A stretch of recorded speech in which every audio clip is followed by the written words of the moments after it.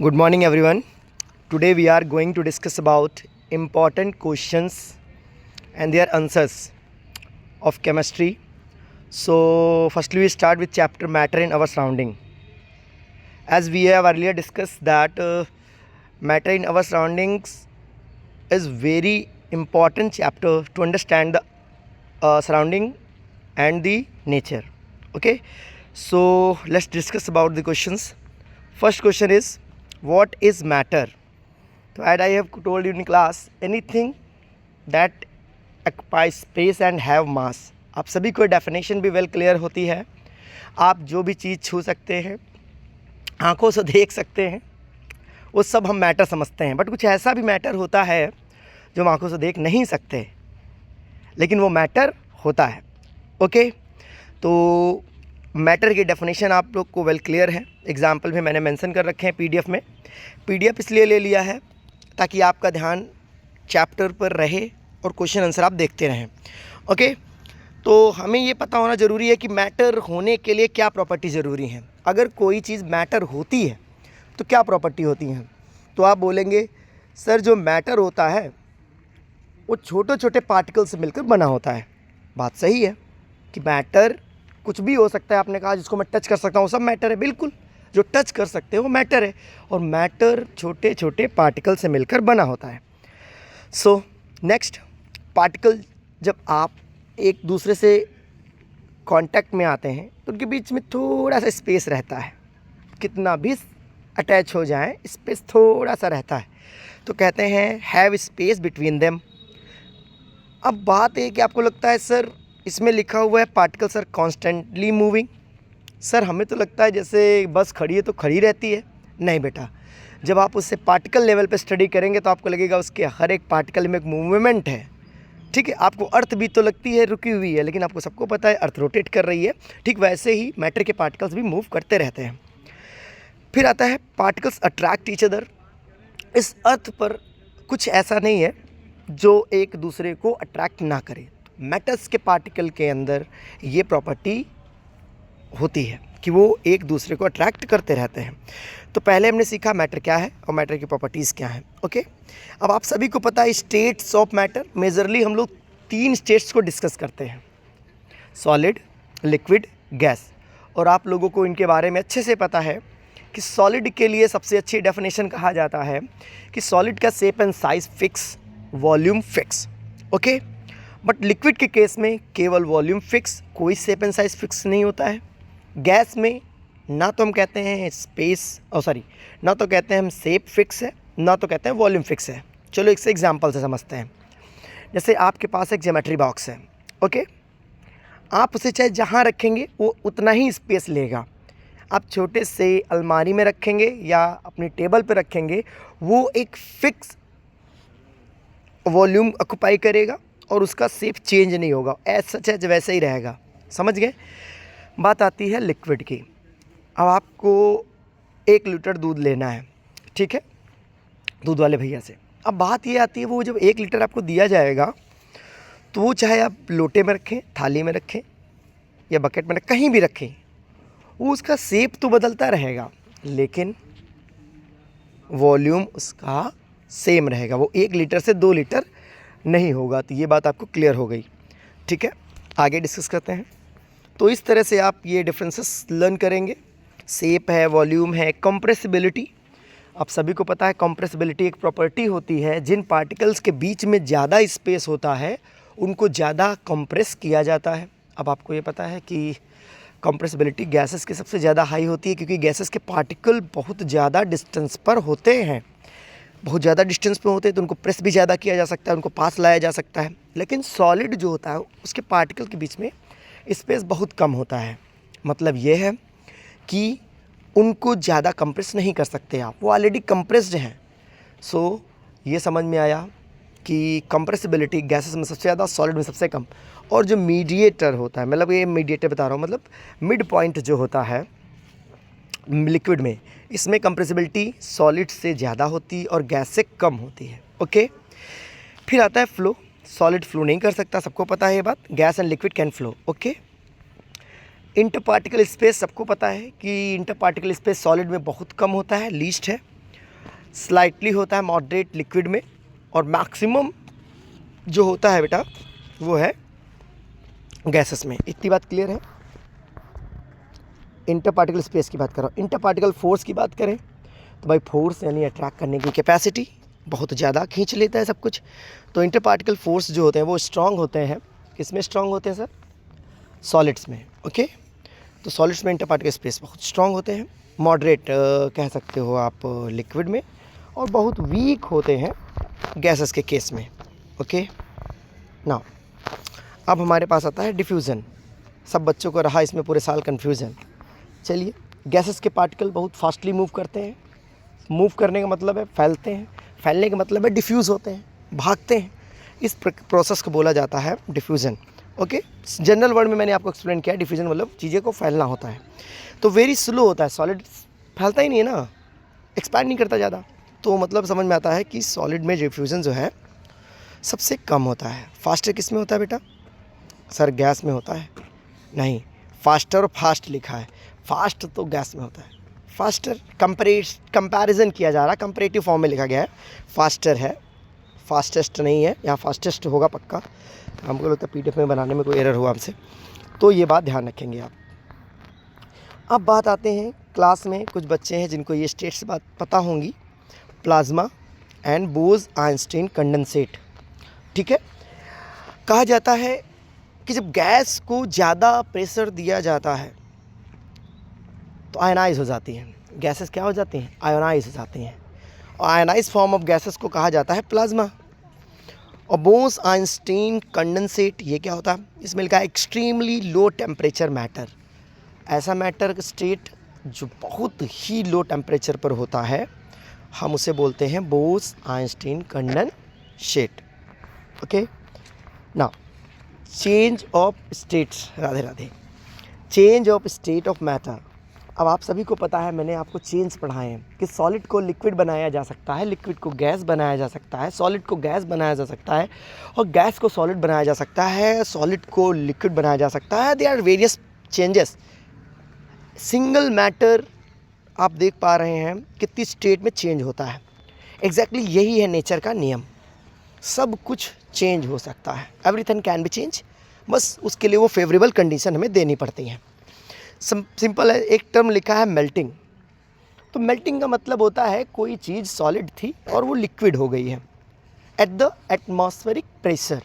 हम जितने भी प्रेशर में रहते हैं, इस एटमॉस्फेयर का जो प्रेशर होता है हम उसे बोलते हैं एटमॉस्फेरिक प्रेशर। आप में से कोई विद्यार्थी जो इंटेलिजेंट है वो हमें बताए कि एटमॉस्फेरिक प्रेशर एग्जैक्टली होता कितना है। ओके, अगर वो बढ़ जाएगा तो हमारे शरीर पे क्या असर आएगा, और अगर घट जाएगा तो हमारे शरीर पर उसका क्या असर आएगा। ओके, नाउ बॉइलिंग पॉइंट आप सभी से मैंने कई बार पूछा है कि बॉइलिंग पॉइंट का मतलब होता है जब कोई लिक्विड हीट किया जाता है तो उसके लिक्विड के वेपर्स बनते हैं, वो वेपर प्रेशर कॉज करते हैं। और जब लिक्विड का वेपर प्रेशर जो होता है वो एटमॉस्फेरिक प्रेशर के बराबर हो जाता है। मतलब क्या है सर? जैसे आप समझ लिए एक भगोने में या कुकर में पानी आप गर्म कर रहे हैं, उसमें वेपर बनेंगी, वेपर बनती है। जो वेपर का प्रेशर बनता है और जो एटमॉस्फेरिक प्रेशर है वो लगभग इक्वल हो जाता है, जब तब जाके चीज़ें बॉयल होती हैं। तो boiling point is the temperature where the atmospheric pressure and vapour pressure of liquid becomes equal. Okay, now condensation. तो condensation means what? Condensation as the process to convert gases into liquid at atmospheric pressure। आप सभी को अच्छे से जानकारी है, तो थोड़ा मूव ऑन आगे चलते हैं हम लोग इस पर, क्योंकि फ्रीजिंग पॉइंट आपको पता है अच्छे से, सब्लिमेशन आपको पता है। Just I am revising the chapter, और आपको अच्छे से प्रिपेयर भी कर लेना है, क्योंकि एग्जामिनेशन में ये सब रिवीजन अगर नहीं करेंगे तो आप अच्छा नहीं कर पाएंगे। डिपोजिशन भी क्लियर है आपको। चलिए हम आगे आते हैं। Now very important question of this chapter, factor affecting change of states. आखिर कौन से ऐसे फैक्टर हैं जो स्टेट को चेंज होने के लिए मतलब रिस्पॉन्सिबल हैं और अफेक्ट कर रहे हैं? सबसे पहले लिख दिया गया है टेम्परेचर। आखिर टेम्परेचर बढ़ाने से होता क्या है? सोचिए, आप कड़ी धूप है, जून का महीना है, और आप रोड पर टहल रहे हैं। अब जैसे ही रोड का टेम्परेचर बढ़ता है आप फास्टली मूव करने लगते हैं। That means what? कि अगर अगर टेम्परेचर बढ़ता है तो पार्टिकल्स की काइनेटिक एनर्जी बढ़ती है। जब काइनेटिक एनर्जी बढ़ती है तो पार्टिकल की जो कोलिजन्स होते हैं वो बढ़ जाते हैं। कोलिजन बढ़ जाने की वजह से उसमें कुछ चेंजेस आते हैं। अब ये चेंजेस फिजिकल हो सकते हैं, केमिकल हो सकते हैं। समझ रहे मेरी बात को? तो अब फिजिकल चेंज है तो स्टेट चेंज होगी। अगर सॉलिड थे तो लिक्विड बन गए, लिक्विड हो तो गैस बन गए। बट केमिकल होगा तो दूध से दही बन जाता है। समझ रहे हैं ना? एकदम केमिकल चीज़ एकदम बदल जाती चीज़। ओके ना, प्रेशर की बात करें, जैसे ही प्रेशर इंक्रीज़ किया जाता है तो प्रेशर इंक्रीज़ करना ज़्यादा सर, प्रेशर तो केवल आपने बताया था कि गैसेस पे लगाया जाता है। बिल्कुल सही। जब कभी भी रिएक्शन या कोई प्रोसेस गैसेस का होता है बेटा, तभी प्रेशर लगाया जाता है। मतलब गैसेस के मामले में प्रेशर की इंपॉर्टेंस ज़्यादा रहती है comparison to liquid and solid. Okay, तो increase in the pressure can change the to liquid. अब आपको पता है आपके सिलेंडर में जो गैस भरी जाती है उसको अगर सिलेंडर को थोड़ा सा हिलाएंगे तो आपको लिक्विड जैसी फीलिंग आए, बिकॉज उस गैस को इतना ज़्यादा प्रेशर दिया गया कि वो लिक्विड में कन्वर्ट हो गई, है ना। इसे बोलते हैं लिक्विड पेट्रोलियम गैस। जैसे ही उसका प्रेशर रिड्यूस हो जाएगा तो ऑटोमेटिक वो गैस बन जाएगी। ये गैस का नेचर था। Now let's understand the factor affecting evaporation and firstly we understand the evaporation. Now so evaporation is what? Evaporation is the process or phenomenon in which a liquid changes into gas at atmospheric pressure. Okay, now so how this happen? Conversion of a liquid into vapor at temperature below boiling point. आप लोगों का definition मैंने clear कर दी तो आपको पता है ये बात।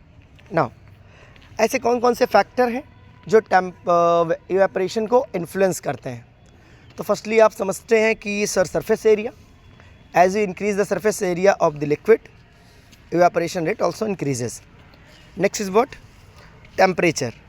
As you increase the temperature, the evaporation rate also increases. Next is humidity. You know humidity is just like as a moisture, and when you increase the humidity, the evaporation rate will decreases, and that's why the cloths are not easily can dry in winters, because of everywhere is humidity. Okay, now wind speed, as you increase the wind speed the evaporation rates increases.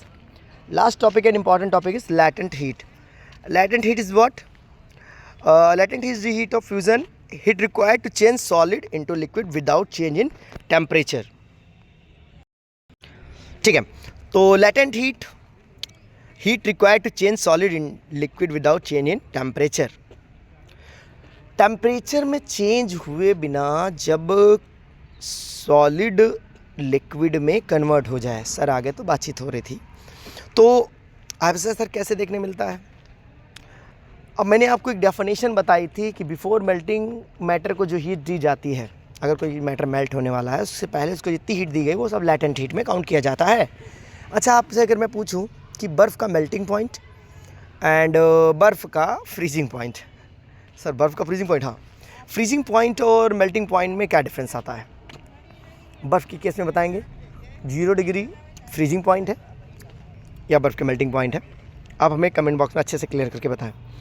Latent heat of vaporisation, heat required to change liquid into gas without change in temperature.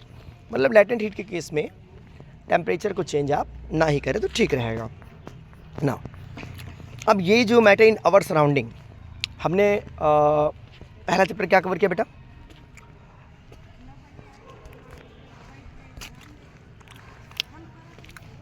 हाँ, तो हम लोग कहाँ discuss करने जा रहे थे? Matter in our surrounding.